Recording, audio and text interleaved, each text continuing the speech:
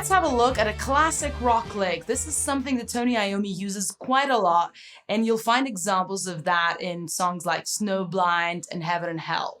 Let me show you the lick at the full speed. We're based around E minor pentatonic, and here we go. 1, 2, 1, 2, 3, 4.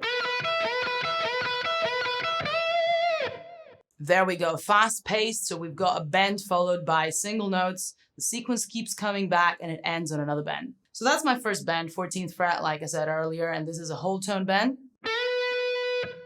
Followed by 2 notes. They're both on the 12th fret, B and high E strings, and I'm playing them both with my index. Now the index does a little roll motion here, if you can get it to happen, because that avoids making this,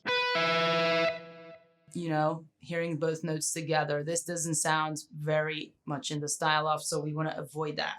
And let's try to do that slow. The bend and these 2 notes sounding separate from each other. Let's do it slow. We'll do 4 repeats of this sequence.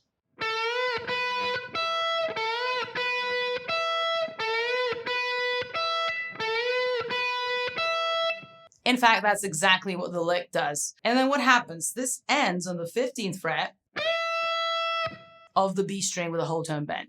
Now there is some vibrato there, and pay attention to what that sounds like. So it's more like, as opposed to,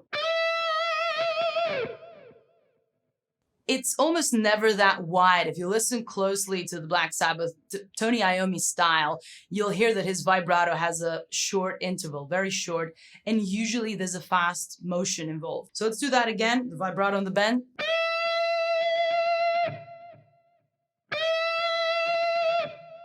Right? Like a little trembling motion. So I'm going to put this together at a slow tempo. Let's go. 3, 4.